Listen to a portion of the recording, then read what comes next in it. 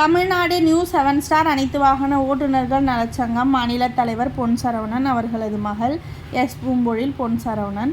அனைவருக்கும் வணக்கம். இன்று தருமபுரி மாவட்டத்திலிருந்து புதிய உறவு சொந்தமான உத்தமன் என்ற உறவு சொந்தம் நம் சங்கத்திலும் குடும்பத்திலும் பயணிக்க வந்துள்ளார். வரும் முன்னே வருட சந்தா 600 ரூபாயும் அடையாள அட்டைக்கான 150 ரூபாயும் செலுத்தி இணைந்துள்ளார்.